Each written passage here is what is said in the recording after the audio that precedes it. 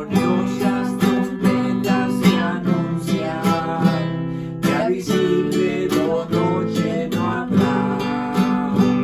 La presencia del Rey se aproxima, día de gozo y festividad. Si lo verán, todo ojo le verá. Día de gozo para el justo será.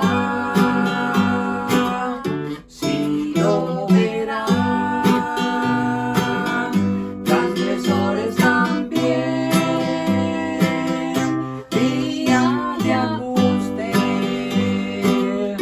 veredicto habrá. El final de la historia se acerca. Satanás preocupado ya está. Imitar la venida de Cristo tratará y aún nos engañará. No lo verán, no todos lo verán. Al anticristo, el engañador, y gritará la venida del gran rey. Cuidado, hermano, no dormir te llama. Jesucristo retorna del cielo como humano que se transformó. Palparé sus heridas benditas y miles de ángeles vuelven con él. Si lo verán, todo ojo le verá. Día de gozo para el justo será. Si lo verán, transgresores también. Día de ajuste, veredicto habrá.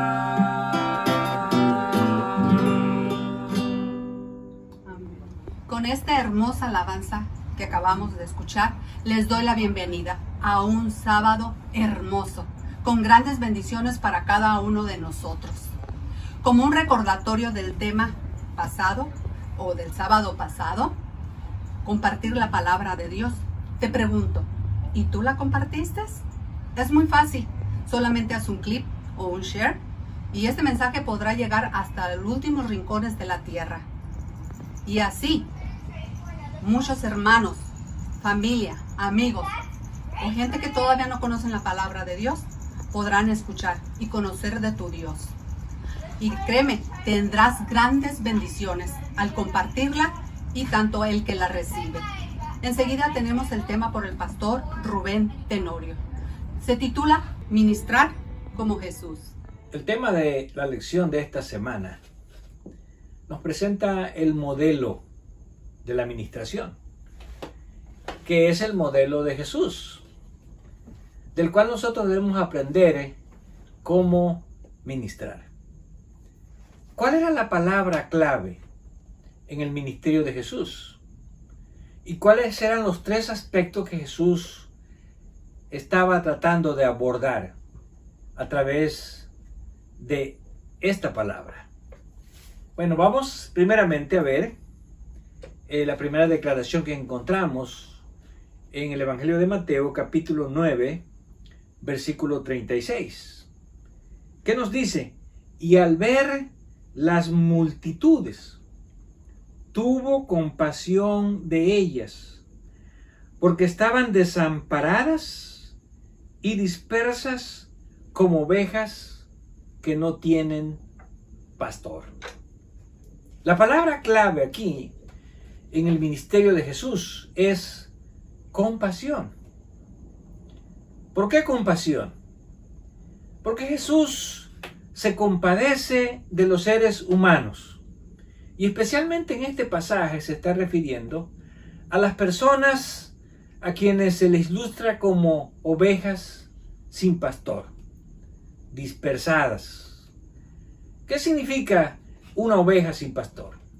Bueno, una oveja sin pastor se refiere a una persona que se siente desamparada y que no sabe cómo salir de la situación en que se encuentra. Y en este caso se refiere en el sentido espiritual a aquellas personas que sienten necesidad de Dios, pero que se sienten lejos de Dios, que se sienten extraviados de Dios. Y cuando habla aquí de las multitudes, está hablando de personas que buscaban a Jesús porque tenían necesidades espirituales y porque estaban tratando de encontrar en Jesús una respuesta a sus necesidades espirituales.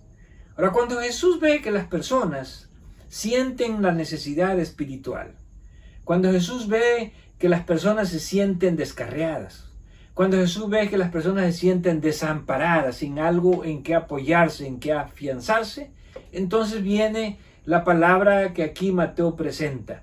Jesús tiene compasión. Jesús va a hacer todo lo que puede para poder ayudar a estas personas y hacerles sentir que son ovejas con un pastor. Así que la primera declaración de Mateo aquí se refiere a aquellas personas que se sienten lejos de Dios y que están buscando a Dios porque tienen una gran necesidad espiritual. La segunda declaración la encontramos allí mismo en Mateo, capítulo 14, en el versículo 14. Y dice, y saliendo Jesús, vio una gran multitud, y tuvo compasión de ellos, y sanó a los que de ellos estaban enfermos. Aquí vemos que con este versículo se empieza a establecer un orden de prioridades. De acuerdo a lo que estudiamos en la primera declaración de Mateo 9:36, Jesús tuvo compasión de las personas que tenían o que sentían una gran necesidad espiritual. Pero aquí vemos que Jesús se compadece también de las personas enfermas. No hay nada más importante para los seres humanos que la salud física. Cuando nosotros perdemos la salud física, perdemos muchas veces el sentido de la vida. ¿Por qué? Porque no hay nada mejor que sentirse saludable, que sentirse sanos, y sobre todo cuando nosotros aprendemos a reconocer que la salud también es una bendición de Dios. Ahora, de acuerdo a este versículo, ¿se compadece Jesús de las personas enfermas? Bueno, vemos aquí que Jesús sabe que las personas que están enfermas están sufriendo. Y Él sabe que Él tiene el poder para poder sanarlos.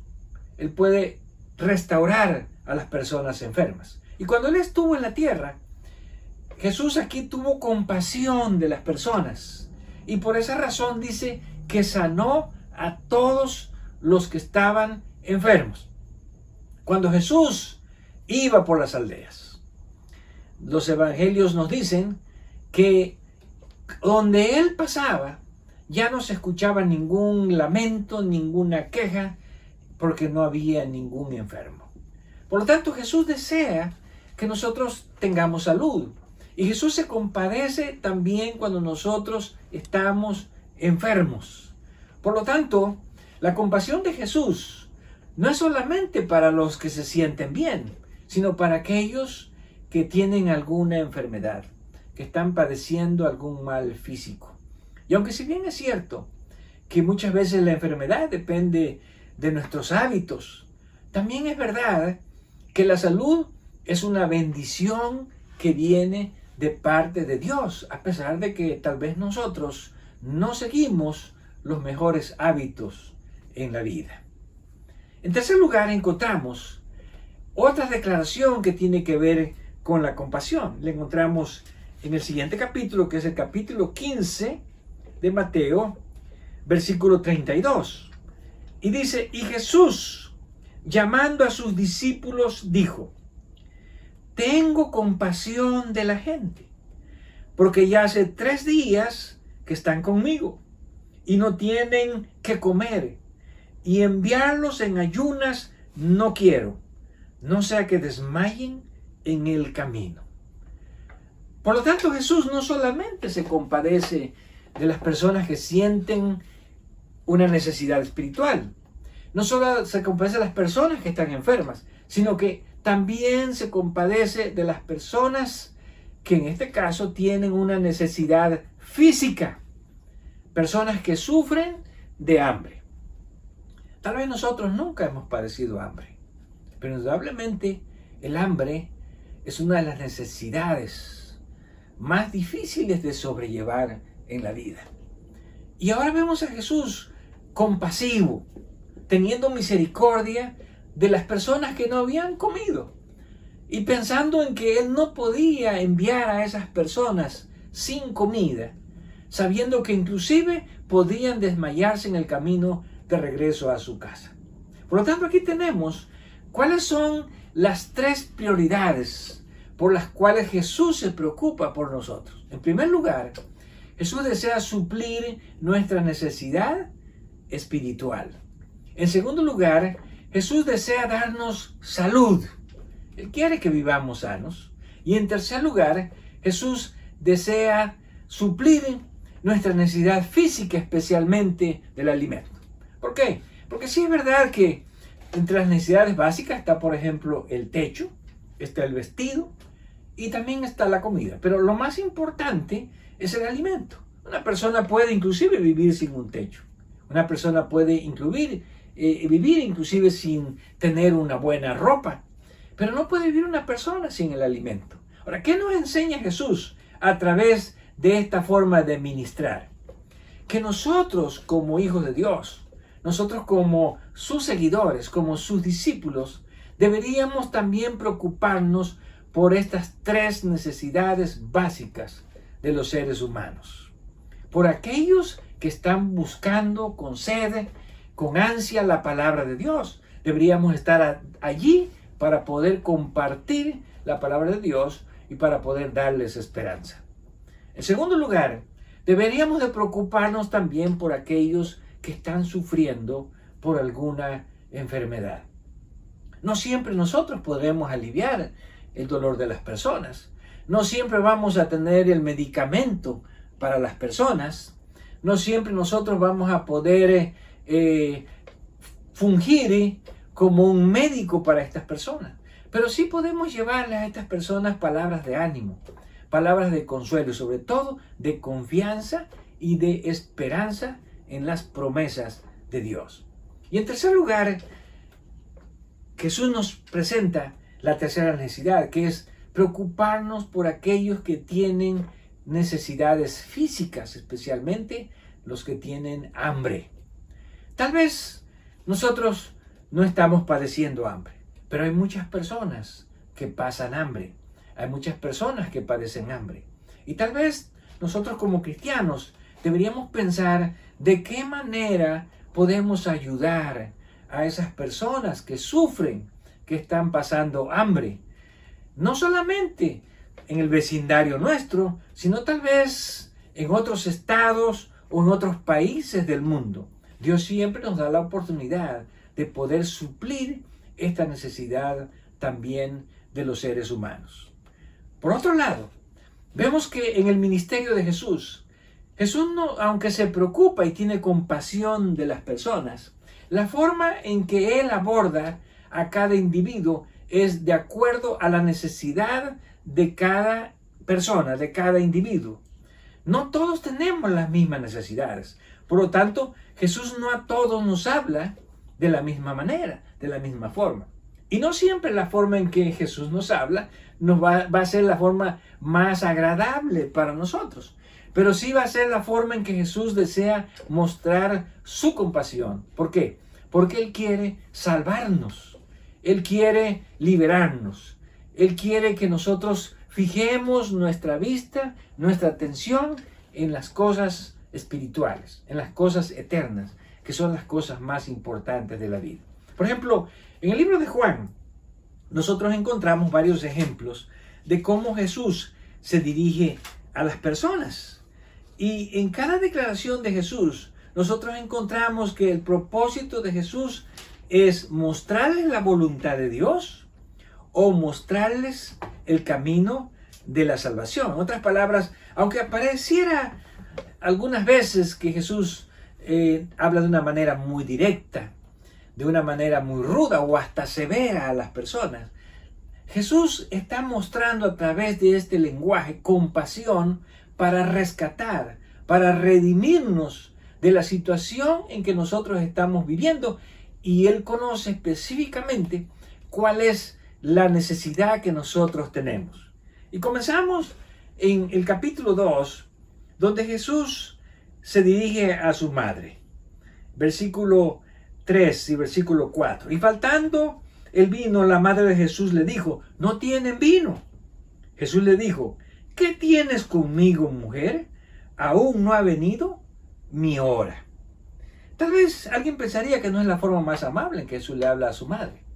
Pero Jesús le da a entender que su vida depende de la voluntad de Dios y no de la voluntad de otras personas, que es Dios el que dirige su vida y no otras personas.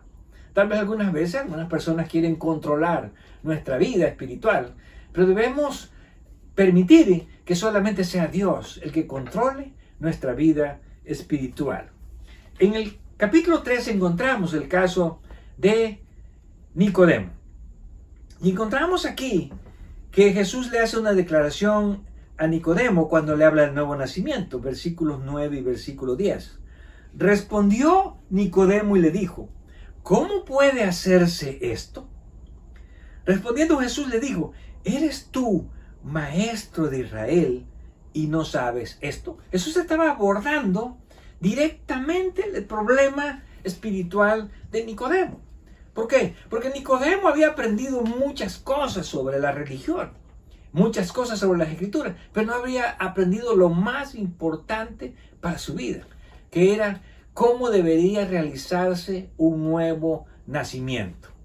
Tal vez nosotros podríamos ser como Nicodemo. Aprendemos muchas cosas de la escritura, pero no aprendemos la forma en que Dios desea salvarnos, en que Dios desea redimirnos. En el capítulo 4, nosotros encontramos a Jesús con la mujer samaritana. Y en el versículo 16 encontramos la siguiente declaración. Jesús le dijo: ve, llama a tu marido y ven acá. Respondió la mujer y dijo: no tengo marido. Jesús le dijo: bien has dicho, no tengo marido, porque 5 maridos has tenido y el que ahora tienes no es tu marido. Esto has dicho con verdad. Aquí vemos que a veces Jesús cuestiona nuestra vida espiritual personal. Y tal vez para la mujer samaritana esto no era el mejor tema que quería tratar. Pero Jesús sabía que era una necesidad en su vida. Ahora, vemos que en todo el capítulo Jesús no la condena por eso. Jesús no la reprocha. Pero Jesús les ofrece un mejor camino. El camino de la salvación en Cristo Jesús. El camino donde ella podía beber de la mejor agua para saciar su sed que estaba sufriendo. Y era beber del agua de vida de Jesús. En el capítulo 5 nosotros encontramos que Jesús le habla al paralítico de Betesda. ¿De qué manera le habla Jesús? Dice el versículo 14. Después le halló Jesús en el templo y le dijo: mira, has sido sanado. No peques más para que no te venga alguna cosa peor. La forma en que Jesús le habla a este hombre es con el fin de que este hombre que había sido liberado no se vuelva a sumir, a enredar en el pecado. Y Jesús le dice: porque si tú te vuelves a enredar, entonces te va a venir algo peor y vas a estar en una situación espiritual aún peor de la que ahora estabas viviendo. En el capítulo 6 nosotros encontramos que Jesús se dirige a las personas a las multitudes que le estaban siguiendo.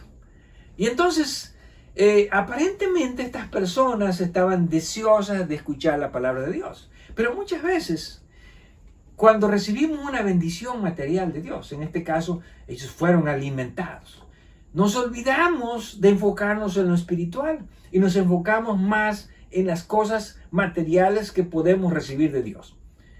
Algunos cristianos somos cristianos porque nos interesa saber cómo Dios nos puede bendecir materialmente, porque esperamos que Dios nos bendiga materialmente. Jesús se dirige a estas personas de la siguiente manera. Respondiendo, Jesús les dijo: de cierto os digo que me buscáis, no porque habéis visto las señales, sino porque comisteis el pan y os saciasteis. Trabajad no por la comida que perece, sino por la comida que a vida eterna permanece, la cual el Hijo del Hombre os dará, porque a éste señaló Dios el Padre. Aquí Jesús resume algo bien importante. Nosotros buscamos a Dios no por las cosas materiales que Dios nos puede dar, sino por la bendición espiritual de su palabra que podemos tener en nuestras vidas. Ahora, cuando vamos al capítulo 6, en el versículo 67, ahora Jesús se dirige a sus discípulos y le dice: entonces Jesús dijo a los 12, ¿queréis acaso iros también vosotros? Esta declaración de Jesús hacia sus discípulos es una declaración muy importante. ¿Por qué? Porque Jesús no desea que nadie esté siguiéndole si está inconforme. Jesús no quiere seguidores que no se sienten felices de seguirlo. Jesús no quiere seguidores que no se sienten comprometidos. Jesús no desea tener seguidores que están solamente por interés. Jesús desea que le sigamos porque, como dice Pedro, ¿a quién iremos? Tú tienes palabras de vida eterna. En el capítulo 7 Jesús se dirige a sus hermanos y dice el versículo 5, porque ni aun sus hermanos creían en él. Entonces Jesús le dijo: mi tiempo aún no ha llegado, mas vuestro tiempo siempre está puesto. Los hermanos de Jesús no creían en él y le estaban diciendo: mira, ¿por qué lo que haces aquí no vas a hacerlo en otras partes? Ves y haz señales. Pero interesantemente, ¿cómo es posible que si ellos no creían en Jesús, le estaban recomendando cómo debería ejercer Jesús su ministerio? Por eso Jesús le dice: miren, yo hago las cosas de acuerdo al tiempo que me ha sido señalado y no de acuerdo a lo que ustedes desean que yo haga. Cuando vamos al capítulo 8, nosotros encontramos aquí las últimas dos declaraciones importantes que queremos hacer. Y la primera está en el versículo 7. Y como insistieran en preguntarle, se enderezó y les dijo: el que de vosotros esté sin pecado, sea el primero en arrojar la piedra contra ellos. ¿Podemos ver aquí una declaración de compasión? Sí, era una declaración de compasión, no solamente hacia la mujer que había sido traída para ser apedreada. Era una declaración de compasión hacia las personas que estaban tratando de apedrearla. Porque Jesús les hace ahora verse a sí mismos. A menudo podemos ver fácilmente los errores de otros. Podemos señalarlos, condenarlos y estaríamos dispuestos tal vez a apedrear a otras personas por lo que están haciendo. Pero no nos vemos a nosotros mismos, que nosotros también tenemos una gran necesidad espiritual por los errores espirituales que estamos cometiendo en nuestras vidas. Estas personas creían que ellos no tenían pecado, porque ellos no se veían a sí mismos como Dios los estaba mirando. Pero cuando Jesús los expuso, de una manera compasiva, Jesús les estaba diciendo que Él también deseaba redimirlos. Y finalmente encontramos aquí, en el versículo 44, la siguiente declaración, y esta Jesús la hace hacia los escribas, hacia los fariseos, que es una declaración fuerte. Versículo 44. Vosotros sois de vuestro padre el diablo, y los deseos de vuestro padre queréis hacer. Él ha sido homicida desde el principio, y no ha permanecido en la verdad, porque no hay verdad en él. Cuando habla mentira, de suyo habla, porque es mentiroso y padre de mentira. Y a mí, porque digo la verdad, no me creéis. Ahora, ¿qué es lo que Jesús le está diciendo aquí a los dirigentes religiosos de su tiempo? Ustedes están engañados, pensando que Dios es el Padre de ustedes. Pero Dios no puede ser el Padre de ustedes cuando ustedes me están rechazando a mí y no creen en mí. Ahora, los seres humanos podríamos estar engañados, creer que estamos bien con Dios, creer que estamos haciendo la voluntad de Dios, cuando muchas veces podríamos estar haciendo la voluntad de Satanás. Como dice Jesús, el diablo podría ser nuestro padre espiritual. Y lo que Jesús le está diciendo a estas personas de una manera muy compasiva, deben de abandonar a ese padre espiritual que tienen y deben de creer y seguirme a mí para que puedan tener vida eterna.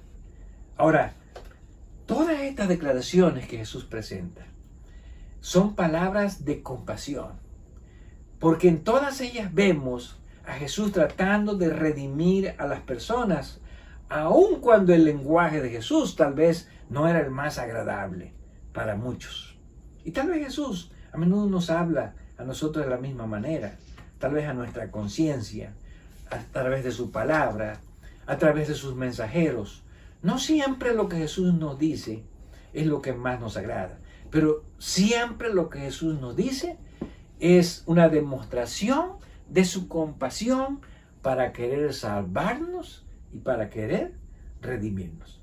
Por lo tanto, escuchemos las palabras de Jesús hablando a nuestra mente, hablando a nuestro corazón, no solamente para redimirnos a nosotros mismos, sino escuchemos también el mensaje de Jesús, mostrándonos cuáles son las necesidades de otras personas y a las cuales nosotros podemos redimirlas atendiendo a sus necesidades. No nos olvidemos todo lo que Jesús hace por nosotros, aunque a veces parece que no es lo que más nos gusta, lo que más nos agrada, las cosas que nos pasan, que es la voluntad de Dios, aunque no nos gustan o no nos agradan, recordemos, es la forma en que Dios nos muestra, en que Jesús nos muestra su compasión para poder redimirnos, para poder salvarnos.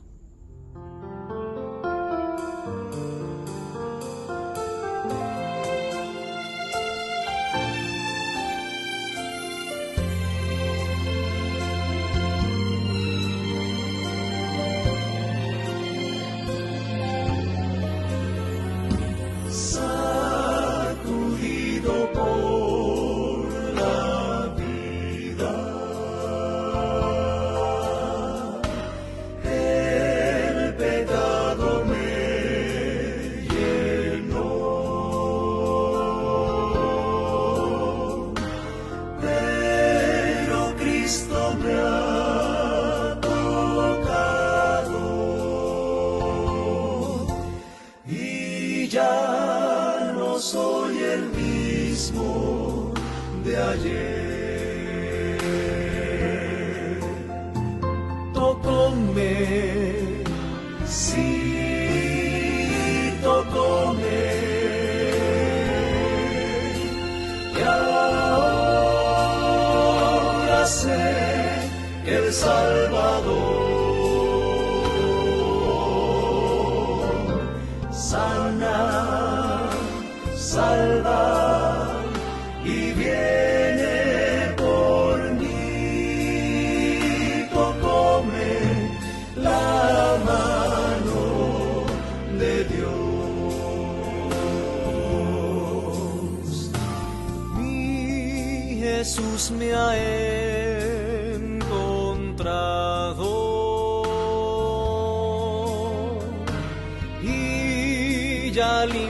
murió por su amor. Para siempre quiero honrarle, eternamente lo habré de hacer.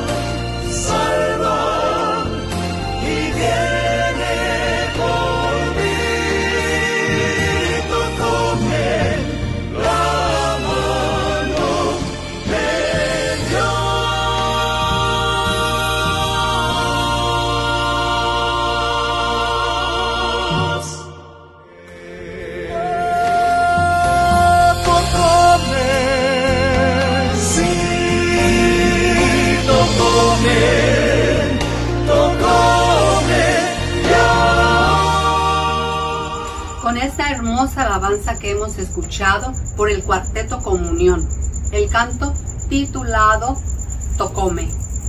Les doy la bienvenida nuevamente al estudio de la palabra de Dios, con el tema titulado Dirá el vaso de barro al que lo formó: ¿por qué me has hecho así?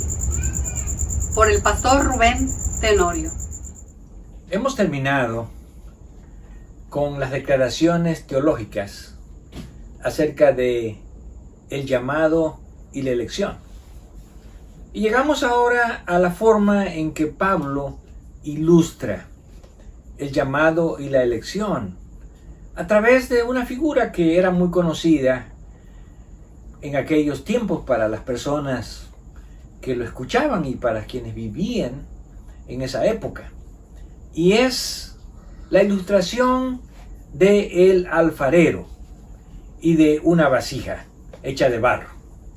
Y Pablo comienza diciendo en el versículo 20 del capítulo 9: Mas antes, oh hombre, ¿quién eres tú para que alterques con Dios? Dirá el vaso de barro al que lo formó: ¿por qué me has hecho así? Cuando leemos esta declaración, podemos enfocarla en dos sentidos. En primer lugar, podemos enfocarla en el sentido bueno: yo soy así porque Dios así me hizo. Y si Dios así me hizo, entonces yo no soy culpable ni soy responsable de la manera en que soy. Podemos decir: yo tengo el carácter que tengo porque Dios me dio este carácter. Y si Dios me dio este carácter, entonces yo no soy culpable ni soy responsable de la forma en que yo me comporto, porque finalmente este es el carácter que Dios me dio. Pero podemos enfocarlo en otro sentido. En el sentido en que Dios nos hace de acuerdo al material que nosotros somos. Si somos un buen material, entonces Dios puede hacer un objeto precioso de nosotros. Y tomando la ilustración de las vasijas de barro, podemos decir que el alfarero entonces va a hacer las vasijas de acuerdo al material que él tiene. Si el barro que tiene el alfarero es un buen barro que se puede moldear, que se puede trabajar, entonces el alfarero va a ser una vasija honrosa, una vasija costosa, una vasija lujosa. Pero si el material es un material difícil de trabajar, difícil de moldear, entonces el alfarero lo va a utilizar para hacer una vasija que tal vez se utilice para un uso no muy honroso, Y entonces ahora encontramos que la vasija le reclama al alfarero y le dice, ¿por qué me hiciste de esta manera? ¿Por qué me me hiciste para un uso deshonroso? Pero al verla desde esta perspectiva del material, el alfarero simplemente puede decir, bueno, es que yo hago las vasijas de acuerdo al material que tengo. Y cada vasija es hecha de acuerdo a la forma en que el material se deja trabajar. Y ese es el sentido que nosotros vamos a encontrar que se le está dando aquí en el capítulo 9 de Romanos. ¿O no tiene, dice el versículo 21, el alfarero sobre el barro potestad, para hacer de la misma masa un barro para honra y otro para deshonra? Ahora, cuando Pablo habla aquí de la potestad del alfarero, y Pablo dice la misma masa, Pablo se refiere a la misma arcilla, ¿sí? En otras palabras, cuando el alfarero tiene la arcilla, o cuando el alfarero va y busca la arcilla está allí. Pero el alfarero la va a utilizar, la va a trabajar, y de acuerdo a a la forma en que la arcilla se deje trabajar, entonces el alfarero va a hacer la vasija para el uso honroso o para el uso deshonroso. Y vamos a ver que Pablo toma estas declaraciones del contexto que encontramos en el Antiguo Testamento. Y vamos a ver que hay dos pasajes que nos hablan acerca de esta ilustración del alfarero y de la vasija. La primera la encontramos en el libro de Isaías, en el capítulo 29, versículos 15 y 16, que nos dice: ay de los que se esconden de Jehová, encubriendo el consejo, y sus obras están en tinieblas, y dicen, ¿quién nos ve y quién nos conoce? Este versículo nos está mostrando personas que aparentan estar bien con Dios, pero que se están escondiendo realmente para no mostrar lo que realmente son. Y ellos mismos saben que están viviendo en tinieblas. Ellos mismos saben que están tratando de escapar o de evadir a Dios. Ahora, ¿a qué se les compara a estas personas que no están permitiendo dejarse moldear por Dios? Bueno, el siguiente versículo nos dice, que es el versículo 16, capítulo 29, vuestra perversidad ciertamente será reputada como el barro del alfarero. Aquí encontramos, bueno, ¿qué es lo que le da la reputación al barro en las manos del alfarero? Bueno, aquí dice vuestra perversidad. Quiere decir que cuando habla de la perversidad se está refiriendo a personas que no se dejan trabajar por el alfarero.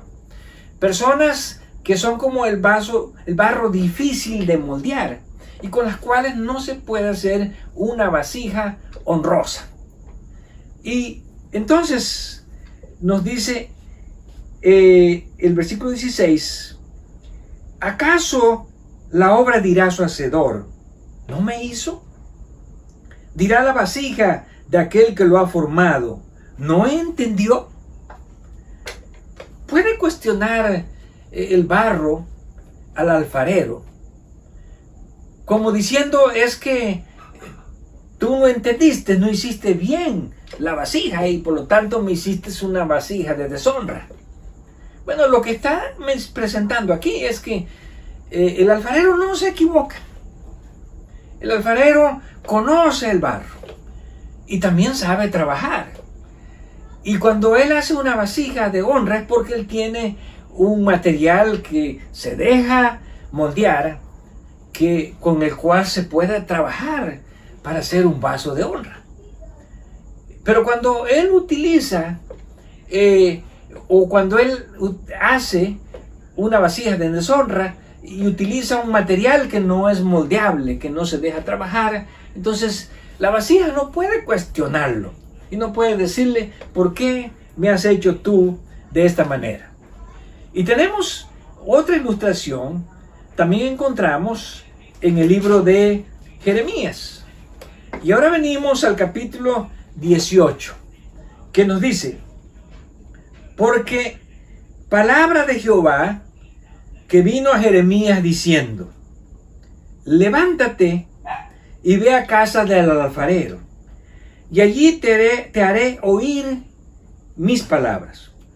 Y descendí a la casa del alfarero, y aquí que él trabajaba sobre la rueda, y la vasija de barro que él hacía se echó a perder en su mano. Y volvió y la hizo otra vasija, según le pareció mejor hacer. Aquí tenemos una ilustración muy simple, pero muy clara. El alfarero está trabajando con el barro. Ahora Dios le dice al profeta Jeremías, ve y mira lo que está haciendo el alfarero y ve lo que va a pasar con la vasija que está haciendo el alfarero, porque en base a eso yo te voy a dar una ilustración espiritual de las personas. Y entonces el profeta Jeremías va y encuentra que el alfarero, de una manera muy laboriosa, está haciendo una vasija. Una vasija indudablemente costosa, una vasija honrosa. Pero ¿qué es lo que pasa? La vasija se quiebra. La vasija no se deja moldear, no se deja trabajar. Y entonces, ¿qué hace el alfarero? ¿Desecha ese barro? No, el alfarero vuelve a tomar ese barro, pero ahora él va a usar su criterio para hacer una vasija de acuerdo a la forma como el barro se comporta o de acuerdo a cómo el barro o la arcilla se ha dejado moldear. Por eso la declaración dice que él hizo otra vasija según le pareció mejor hacerla. Y en este caso diríamos, bueno, si el alfarero no puede utilizar una arcilla que se deje trabajar, que se deje moldear, que se deje llevar de acuerdo a la habilidad de sus manos, entonces la vasija se va a quebrar.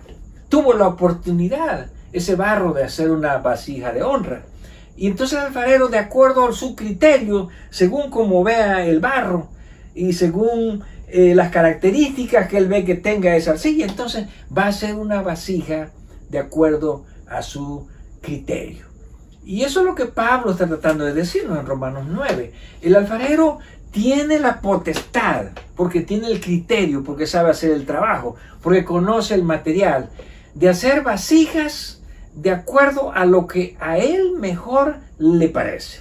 Y algunas de esas vasijas van a ser para honra, costosas sin duda, para estar en lugares donde servirán como tal vez vasijas de lujo, y otras tal vez serán usadas como vasijas de deshonra, tal vez para un uso común, un uso cotidiano, o aún para poner desechos en estas vasijas.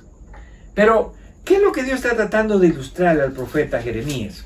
Y tenemos aquí, en el versículo 5, ahora la aplicación espiritual de esta ilustración del alfarero.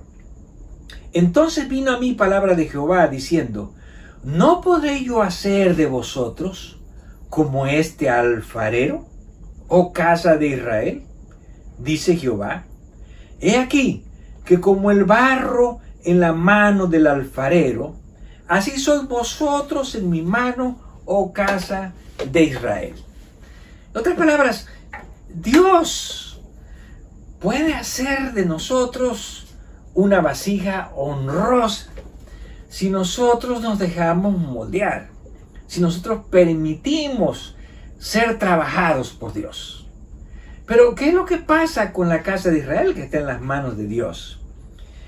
Dice el versículo 7, en un instante hablaré contra pueblos y contra reinos para arrancar y derribar y destruir. Pero si estos pueblos se convirtieran de su maldad contra la cual hablé, yo me arrepentiré del mal que había pensado hacerles. Y en un instante hablaré de la gente y del reino para edificar y para plantar. Pero si hiciera lo malo delante de mis ojos, no oyendo mi voz, me arrepentiré del mal que había determinado hacerle. Aquí está la aplicación de la vasija en las manos del alfarero.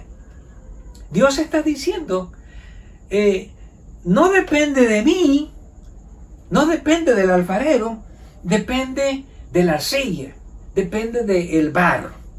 Si el barro se deja moldear, si el barro permite que yo lo trabaje, entonces yo voy a edificar, yo voy a construir, y aquí se refiere a los pueblos, yo los voy a levantar. Pero todo depende de la arcilla en mis manos. Pero si el barro no se deja moldear, si el barro no se deja trabajar, entonces yo he determinado, refiriéndose a los pueblos, lo siguiente. Había pensado arrancar, derribar y destruir. Y podemos decir, ¿verdad? Esta es la aplicación espiritual de la ilustración del alfarero. Dios no puede hacer vasijas de honra en personas que no se dejan moldear, que no se dejan trabajar en sus manos. Entonces Dios tiene que hacerlas como vasijas de deshonra. Dios no puede edificar, como dice este versículo, y plantar en las personas que no desean arrepentirse, que no desean escuchar la voz de Dios. Pero si las personas se arrepienten, dice Dios, entonces yo voy a utilizarlos ¿para qué? Para plantar y para edificar. En otras palabras, nunca es tarde para Dios. Nosotros todavía estamos en las manos de Dios. Nosotros seguimos siendo la arcilla, el barro en las manos de Dios. Pero depende de la forma en que nosotros nos dejemos moldear por Dios, dirigir por Dios, en la forma en que nos dejemos trabajar por Dios. Dios hará de nosotros vasos de honra para su gloria, o Dios hará de nosotros vasijas para deshonra. Ahora, ¿qué pasa cuando las personas se convierten en vasos de honra o en vasos de deshonra hechas por el mismo alfarero? Bueno, regresamos otra vez al capítulo 9 de Romanos. Y ahora Pablo se dirige de la siguiente manera a las vasijas. Y dice el versículo 21, ¿y qué? Si Dios, queriendo mostrar su ira y hacer notorio su poder, soportó con mucha paciencia los vasos de ira preparados para destrucción. Ahora, aquí vemos nosotros que Pablo está usando la misma ilustración para decir, bueno, Dios quiere hacer notorio ¿qué? Bueno, vamos a leer aquí. Si Dios, queriendo hacer notorio su ira y su poder, mostrar su ira y hacer notorio su poder. En otras palabras, aún con las personas que no desean ser moldeados por Dios, a través de esas personas Dios va a mostrar también sus juicios y también va a mostrar su poder. ¿De qué manera? Bueno, mostrándoles que Dios no los puede utilizar como vasijas de honra, sino que tendrán que ser usados como vasijas de deshonras. En otras palabras, Dios no puede edificar sobre ellos, Dios no puede plantar. Al contrario, se convertirán en instrumentos de destrucción, se convertirán en instrumentos de perdición. ¿Por qué? Porque no permitieron que Dios los moldeara en su mano. En otras palabras, si no somos instrumentos del bien, entonces nos vamos a convertir en instrumentos del mal, y en lugar de ser vasijas de honra, nos vamos a convertir en vasijas de deshonra. Ahora viene la otra parte, el versículo 23. Y para hacer notorias las riquezas de su gloria, las mostró para con los vasos de misericordia que Él preparó de antemano para gloria.